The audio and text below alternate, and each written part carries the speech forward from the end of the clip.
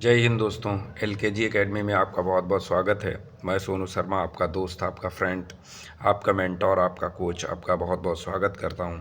दोस्तों, आज बात करेंगे 16 नंबर की, और ये 16 नंबर आपकी परीक्षा के लिए बहुत इंपॉर्टेंट हैं। और अगर मैंने जिस हिसाब से बताया वैसे ही आपने कंप्लीट कर लिया तो आपके 16 नंबर कोई नहीं काट सकता। तो चलिए शुरू करते हैं आगे। देखो, सबसे पहले मुहावरे और लोकोक्तियों से शुरुआत करते हैं। 2 नंबर के आते हैं। अंगूठा दिखाना मतलब किसी काम से मना करना। अंगूठा दिखाना मतलब मना करना। अंधों में काना राजा मतलब 100 मूर्ख बैठे हैं जिनमें एक विद्वान है। ऊँट के मुंह में जीरा मतलब ज़्यादा चाहिए लेकिन बहुत थोड़ा दिया है। उल्टी माला फेरना मतलब विपरीत दिशा में काम करना। अधजल गगरी छलकत जाए, जो अज्ञानी होते हैं वही अपने ज्ञान के लिए चिल्लाते हैं। एक अनार 100 बीमार, एक वस्तु के लिए बहुत लोग प्रयास कर रहे हों। अपना उल्लू सीधा करना, अपना काम निकाल लेना। गागर में सागर भरना मतलब छोटी बात बोल के ही बहुत बड़ी बात बोल देना, कुछ शब्दों में बहुत बड़ी बात बोल देना। अपने पैरों पर खड़ा होना तो स्वावलंबी होना। गूलर का फूल होना मतलब कभी न प्राप्त होना। आकाश पाताल एक कर देना मतलब हद से ज़्यादा मेहनत करना। घी के दिए जलाना मतलब बहुत खुशी मनाना। आँख का तारा होना मतलब बहुत प्रिय होना। चोर की दाढ़ी में तिनका मतलब जो चोर है उसके चेहरे से ही देख के पता चल जाता है कि वो चोर है। मतलब उसके फेशियल एक्सप्रेशन, चेहरे के एक्सप्रेशन से ही पता चल जाता है ये चोर है। आग बबूला होना मतलब बहुत गुस्सा होना। दांत खट्टे करना मतलब हरा देना। ईंट से ईंट बजाना मतलब तगड़ा जवाब दे देना। ईद का चांद होना बहुत दिनों बाद दिखाई देना। आसमान टूट पड़ना मतलब समस्याओं का पहाड़ टूट पड़ना। दांतों तले उंगली दबाना आश्चर्यचकित होना। दाल में काला होना कोई न कोई समस्या होना। पानी पानी होना मतलब शर्म के मारे बिल्कुल पानी पानी होना मतलब बहुत ज़्यादा शर्मिंदगी फील करना। 9 2 11 होना भाग जाना। हाथ पीले करना मतलब शादी करना। मुंह फुलाना नाराज होना। मक्खन लगाना मतलब चापलूसी करना। अब अधजल गगरी छलकत जाए मतलब अज्ञानी ही अपने ज्ञान का दिखावा करते हैं। अपनी अपनी ढपली और अपना अपना राग मतलब अपने अपने काम में बिजी होना। आँख के अंधे नाम नयन मुख मतलब कर्मों के विपरीत नाम होना। आम के आम गुठलियों के दाम दोहरा लाभ प्राप्त करना। उल्टा चोर कोतवाल को डांटे मतलब जो चोर है और जो कह रहा है उसी को वो चोर बता रहा है। एक पंथ दो काज करना मतलब एक साथ में दो काम निपटा लेना। का बरसा जब कृषि सुखानी यानी तब बरसने से क्या फ़ायदा जब खेत की फसल ही सूख गई। जैसे कि आप तब पढ़ोगे जब पेपर निकल जाएंगे तो क्या फ़ायदा, राइट। घर का वेदी लंका दाहे डाहे मतलब सदैव घर का व्यक्ति ही नुकसान सबसे ज़्यादा पहुंचाता है। जैसी करनी वैसी भरनी यानी जैसा करोगे वैसा ही आपको परिणाम मिलेगा। तभी तो कहा गया है कि कर्म प्रधान विश्व रचि राखा, जो जस करही तास फल चाखा। तो हमें कर्म अच्छे करने हैं, हमें प्रयास अच्छा करना है, हमें मेहनत अच्छी करनी है, हम पूरी जान लगाएंगे और नंबर अच्छे लेके आएंगे। सावन हरे न भादों सूखे मतलब हर परिस्थिति में समान रहना। तो इस व्यक्ति के लिए हर परिस्थिति समान है। सावन हरे न भादों सूखे मतलब हर परिस्थिति में समान रहना।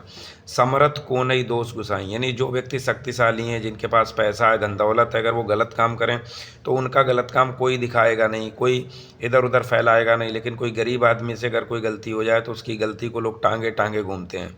उसे ही कहते हैं समर्थ को नहीं दोष गुसाई यानी जो समर्थ हैं उनके दोष भी कोई देखता नहीं है। हाथ कंगन को आश्री क्या, अब हाथ में कंगन है तो फिर किस बात की ज़रूरत, मतलब प्रत्यक्ष को किसी प्रमाण की ज़रूरत नहीं होती। होनहार बिरवान के होत चीकने पात यानी जो होनहार बिरवान है उनके चिकने पात होते हैं। मतलब जो बिरवा बढ़िया शुरुआत से चलने वाला होता है उसके जो पत्ते होते हैं वो बहुत चिकने होते हैं। अर्थात जो बच्चे पढ़ने वाले होते हैं, जो बहुत मेहनती होते हैं, वो उनकी शुरुआत से ही पढ़ाई दिखने लगती है कि वाकई में बहुत मेहनती है।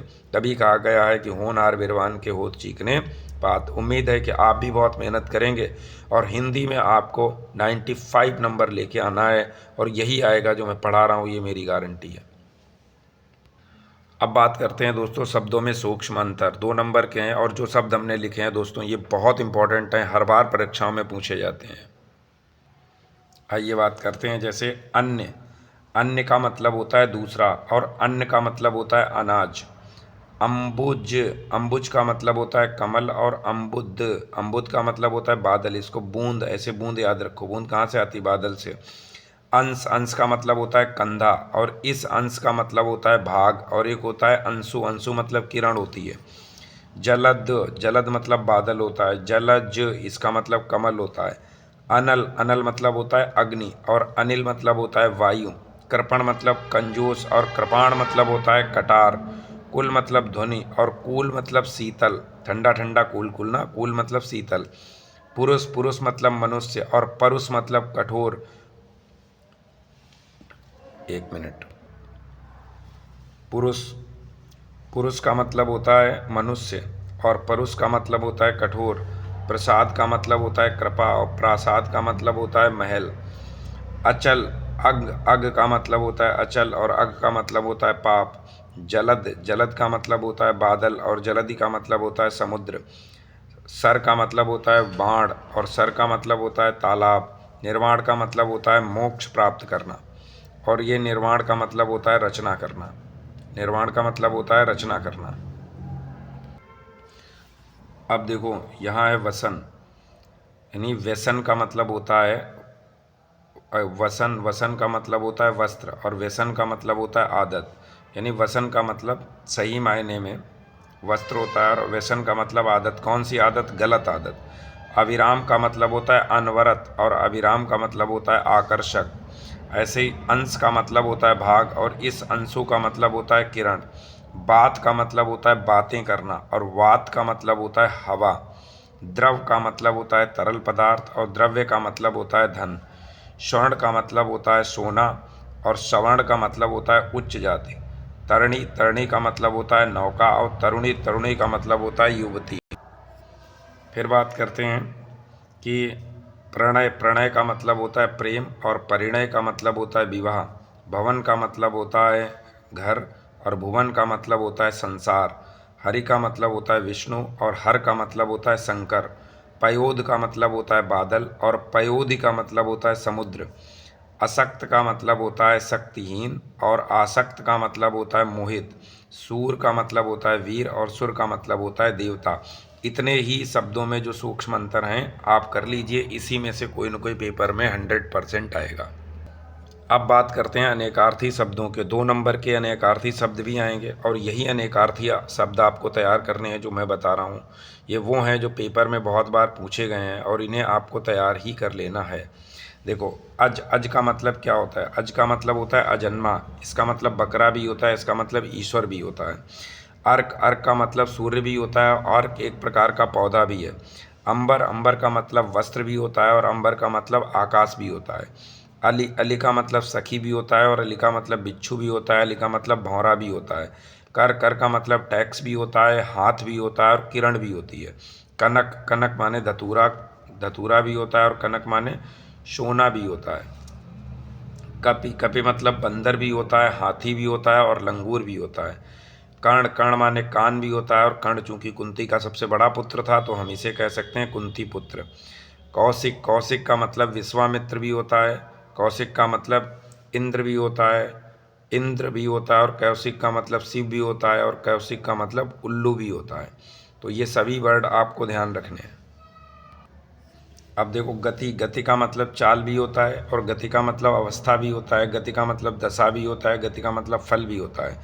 गुरु, गुरु का मतलब शिक्षक होता है। गुरु का मतलब बड़ा भी होता है, गुरु का मतलब भारी भी होता है, और गुरु का मतलब सदुपदेशक भी होता है। चपला, चपला मतलब चंचल। बिजली, लक्ष्मी, जीव, भांग, ये सब इसके मतलब होते हैं। अब देखो, तात, तात का मतलब पुत्र भी होता है, और मित्र भी होता है, और भाई भी होता है। और द्विज, द्विज का मतलब होता है क्षत्रिय या पक्षी। फिर बात करते हैं विधि की। विधि का मतलब तरीका भी होता है, भाग्य भी होता है, और कानून भी होता है। सारंग, सारंग वर्ड बहुत इंपॉर्टेंट है, इसका मतलब बादल, कमल, सांप, कोयल, स्त्री, ये सब इसकी मीनिंग्स हैं। तो इतने ही आप अनेकार्थी शब्द कर लीजिए, 100% इन्हीं में से कोई न कोई आपको मिलेगा। अब बात करते हैं अनेक शब्दों के लिए एक शब्द। ये भी बहुत इंपॉर्टेंट है, 2 ही नंबर का आएगा। तो सुनो दोस्तों, इन वाले शब्दों को तो आपको दिमाग में फीड कर लेना है। बार बार वीडियो को देखो, बार बार देखो ताकि याद हो जाए। देखो, जिसकी कल्पना ना की जा सके क्या कहते हैं, अकल्पनीय। जो कहा ना जा सके, अकथनीय। जिसका कोई शत्रु पैदा ना हुआ हो, अजात शत्रु। जिसके पिता जिसे जीता ना जा सके, अजेय। जो जाना ना जा सके, अज्ञेय। जिसके आने की कोई तिथि ना हो, अतिथि। जिसकी तुलना ना की जा सके, अतुलनीय। जिसे देखा ना जा सके, अदृश्य। और जिसके समान कोई दूसरा ना हो, अद्वितीय। पीछे चलने वाला, अनुगामी। जिसका अनुभव किया गया हो, अनुभूत। जिसकी उपमा न हो, अनुपम। पृथ्वी और आकाश के बीच का स्थान, अंतरिक्ष। जिसकी आशा न हो, अप्रत्याशित। स्त्री जो अभिनय करती हो, अभिनेत्री। जिसका ज्ञान थोड़ा हो, अल्पज्ञ। जिसका वर्णन न किया जा सके, अवर्णनीय। अवसर के अनुकूल बात करने वाला, अवसरवादी। जिसकी कोई सीमा न हो, असीम। अपने आप को धोखा देने वाला, आत्मवंचक। पैर से लेकर सिर तक, आपादमस्तक। जो ईश्वर में विश्वास करता हो, आस्तिक। किए गए उपकार को मानने वाला, कृतघ्न। अब बात करते हैं वाक्यों में त्रुटि मार्जिन कैसे हम निकालते हैं। 2 नंबर का आता है। तो त्रुटि में कुछ शब्द हमने लिख दिए हैं जो पूरे पेपरों में पूछे जाते हैं। वो कुछ गलत लिखे होते हैं, उनको आपको सही करके लिख देना हो। जैसे कवियित्री नहीं होता, कवियित्री होता है, ऐसे लिखा जाता है। पाणि ग्रहण नहीं होता, पाणि ग्रहण होता है। पूजनीय ऐसे नहीं, पूजनीय होता है। अनेकों कहीं लिखा हुआ अनेक कर देना। सज्जन ऐसे नहीं, सज्जन ऐसे लिखा जाता है। घोर संबंध नहीं हो सकता, घनिष्ठ संबंध होता है सही शब्द। गुणवती स्त्री नहीं हो सकता, गुणवती ऐसे गुणवान स्त्री नहीं हो सकता, उसका सही होता है गुणवती स्त्री। स्वास्थ्य ऐसे नहीं, स्वास्थ्य ऐसे लिखा जाता है। समृद्धशाली, समृद्धशाली नहीं बल्कि ऐसे समृद्धशाली नहीं लिखा जाता है, समृद्धशाली ऐसे लिखा जाता है। भाग विधाता नहीं बल्कि भाग्य विधाता होता है। संतोष इस तरह से नहीं, संतोष ऐसे लिखा जाता है। उच्च कोटि नहीं होता, उच्च कोटि होता है। स्वामी जी अलग अलग नहीं होता, स्वामी जी एक में लिखा जाता है। आशीर्वाद नहीं, आशीर्वाद होता है। और प्रदर्शनी ऐसे नहीं, प्रदर्शनी ऐसे लिखा जाता है। तो ये शब्द आप बार बार रिपीट करो कि इनको कैसे लिखते हैं, आपसे कोई गलती नहीं होगी। कहीं अगर गहरी समस्या शब्द लिखा हो तो उसे काट के क्या करना, गंभीर समस्या कर देना। कठोर विषय नहीं हो सकता, कठिन विषय होता है। शिक्षिका विद्वान गलत है, शिक्षिका विदुषी होगा। वीर महिला नहीं लिख सकते बल्कि वीरांगना लिखना चाहिए। उज्ज्वल ऐसे नहीं, ऐसे उज्ज्वल लिखा जाता है। उत्कृष्टतम नहीं, उत्कृष्ट होता है और ऐसे लिखते हैं।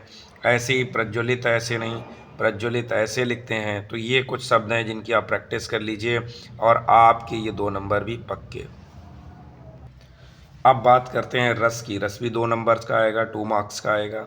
तो देखो दोस्तों, रस में हमें सबसे पहले श्रृंगार रस पढ़ना है। श्रृंगार रस का मतलब क्या है, जैसे किसी को किसी से प्यार हो गया या कोई किसी से बिछड़ गया तो उसमें उससे जो आनंद मिला, जो रस मिला, उसे ही कहते हैं श्रृंगार रस। इसका स्थायी भाव होता है प्रेम यानी रति। अब देखो, जब नायक और नायिका का क्या होते हैं, आपस में मिलते हैं या बिछुड़ते हैं तो इनके बीच में जो प्रेम उत्पन्न होता है, इसी प्रेम को श्रृंगार रस कहते हैं। अब या तो नायक नायिका मिलेंगे या बिछड़ेंगे। तो देखो, अगर नायक और नायिका मिलते हैं तो मिलने से जो आनंद उत्पन्न होता है, जो प्रेम उत्पन्न होता है, उसे संयोग श्रृंगार रस कहते हैं। संयोग श्रृंगार रस का उदाहरण याद रखें, क्या, थके नयन रघुपति छवि देखे, यानी थके नयन रघुपति छवि देखे। तो यहाँ पर क्या याद रखना है कि संयोग श्रृंगार रस है। अब चलते हैं वियोग श्रृंगार रस में। क्या याद रखना है, बस इतनी बात याद रखना है कि जब नायक नायिका अलग हो जाएं तो अलग होने, अलग तो हो गए लेकिन प्रेम तो अभी भी है। तो अलग होने से इनके मन में जो प्रेम जागृत हो रहा है एक दूसरे के लिए, उसे वियोग श्रृंगार रस कहते हैं। जैसे कि एग्जाम्पल याद रखेंगे कि हे खृग मृग हे मधुकर श्रेणी, तुम देखी सीता मृग नयनी। तो ये उदाहरण इसका याद कर लेना है। अब बात करते हैं वीर रस की। वीर रस में क्या होता है कि जैसे किसी की बात सुन के, किसी को देख करके तुम्हारे अंदर जो उत्साह पैदा हो गया है, राइट, उसी उत्साह को क्या कहते हैं, वीर रस कहते हैं। इसका स्थायी भाव भी क्या होता है, उत्साह। जैसे खूब लड़ी मर्दानी वह तो झांसी वाली रानी थी, ये इसका उदाहरण लिख देना है। अब बात करते हैं करुण रस की। तो करुण रस का जो स्थायी भाव होता है वो होता है शोक। करुण रस का एग्जैक्ट क्या मतलब है कि जैसे कोई किसी से अलग हुआ, वो जीवन भर के लिए अलग हो गया, कभी नहीं मिल पाएगा। मतलब इसका मतलब ऐसे समझो कि किसी व्यक्ति की मृत्यु हो गई है तो वो अब मिलेगा ही नहीं, तो ऐसा जो बिछड़ाव होता है इसे करुण रस कहते हैं, राइट। यानी सदैव के लिए अलगाव हो जाना।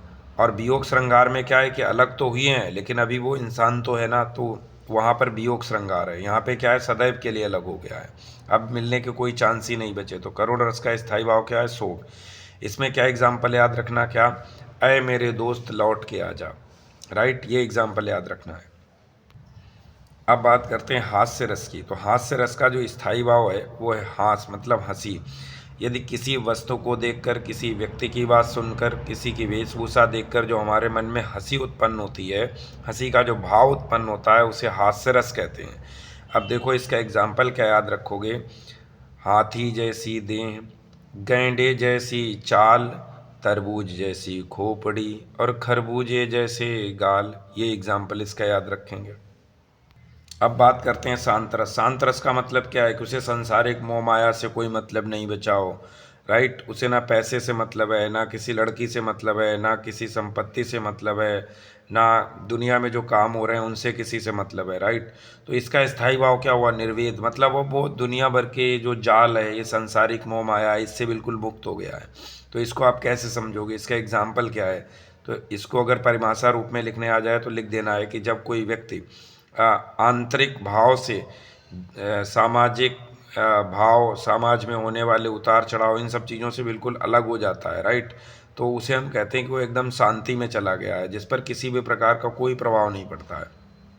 जैसे कि जब मैं था तब हरि नहीं, अब हरि हैं मैं नाई, सब अंधियारा मिट गया, जब दीपक देखा माही।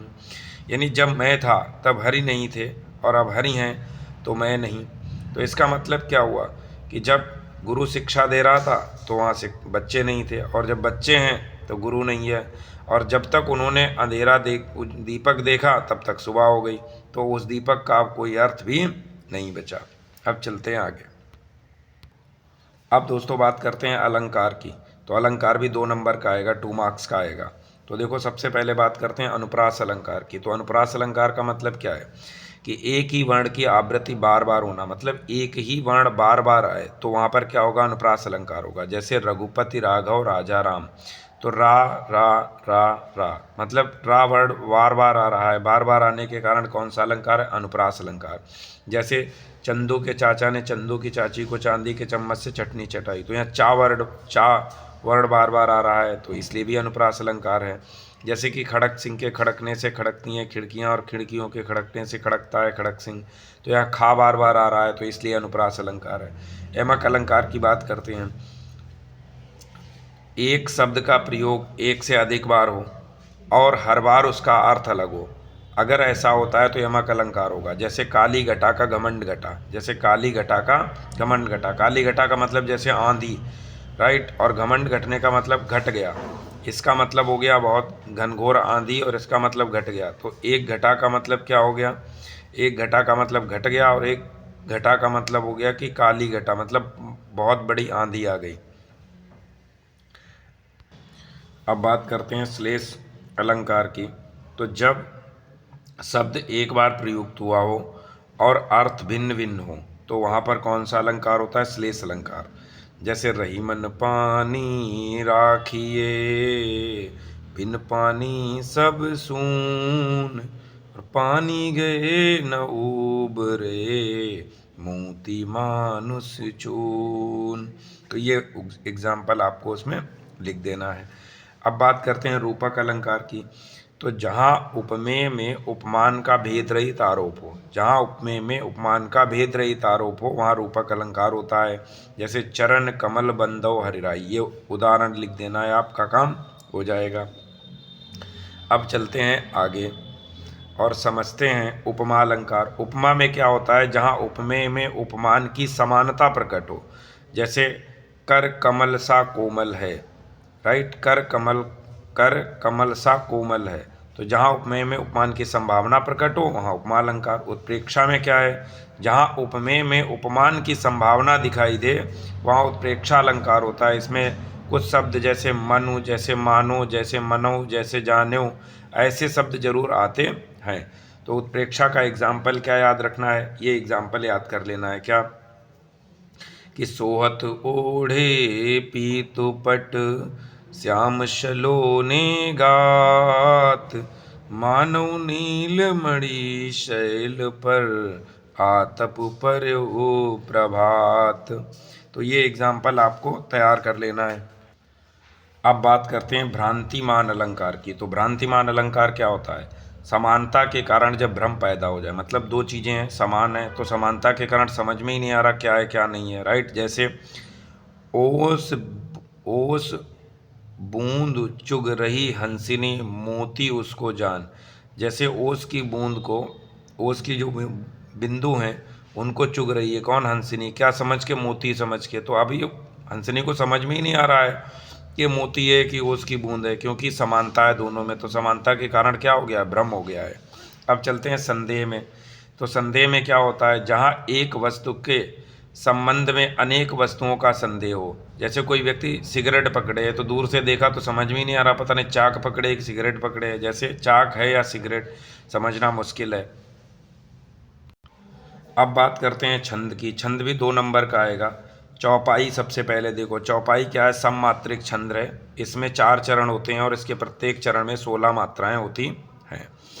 एक चौपाई लिख देनी है, क्या लिख दोगे, कि निरखी सिद्धि साधक अनुरागे, सहज स्नेहु सराहन लागे, होतन भूतल भाव भरत को, अचर सचर चर अचर करत को।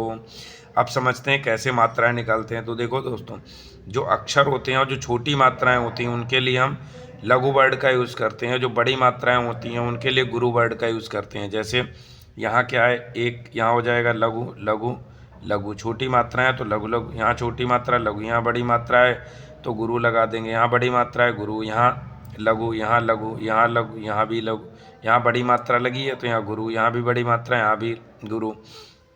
तो इसमें देखो 16 मात्राएं हैं कि नहीं, 2 2 4 1 5 6 7 8 9 10 11 12 13 14 15 16। तो 16 मात्राएं हर चरण में होगी, ऐसे ही आप निकाल लो।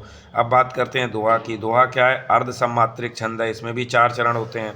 पहले और तीसरे चरण में 13 13 मात्राएं होती हैं, दूसरे और चौथे चरण में 11 11 मात्राएं होती हैं, राइट। अब इसका कोई एक एग्जाम्पल लिख दो। जैसे हमने लिख दिया, श्री गुरु चरण सरोज रज, निज मन मुकुर सुधारि, बरनउँ रघुबर विमल जसु, जो दायक फल चारि। मात्राएं वैसे ही निकाल लीजिए। जैसे यहाँ पर क्या हो जाएगा, लघु गुरु, यहाँ क्या हो जाएगा लघु, यहाँ भी लघु, यहाँ लघु लघु लघु, यहाँ भी लघु, यहाँ गुरु हो जाएगा, यहाँ भी लघु हो जाएगा, यहाँ भी लघु लघु, यहाँ भी लघु, यहाँ भी लघु, यहाँ भी लघु, यहाँ भी लघु, यहाँ लघु, यहाँ भी लघु, यहाँ भी लघु, यहाँ भी लघु, यहाँ गुरु, यहाँ लघु। अब देखो पहले और तीसरे चरण में 13 मात्राएं। तो पहला चरण ये है, इसमें देखो 13 है मात्राएं, 2 3 4 5 6 7 8 9 10 11 12 13। तो 13 इस तरह से निकाल लेंगे। अब बात करते हैं सोरठा की। सोरठा भी अर्ध सममात्रिक छंद है। इसमें भी 4 चरण होते हैं। इसके पहले और तीसरे चरण में 11 11 मात्राएं, दूसरे और चौथे चरण में 13 13 मात्राएं होती हैं। दोहा का उल्टा होता है बिल्कुल, और ये आपके 16 नंबर पक्के होते हैं। इतना आप तैयार कर लीजिए, आपके 16 नंबर कोई नहीं काट सकता, और ये 16 नंबर आपको आपके रिजल्ट को बहुत आगे बढ़ा सकते हैं। दोस्तों, यदि आपको कुछ फ़ायदा हुआ हो तो इस वीडियो को शेयर और लाइक ज़रूर करें, और कमेंट करें कि आपको अगला किस टॉपिक पर वीडियो चाहिए। जय हिंद।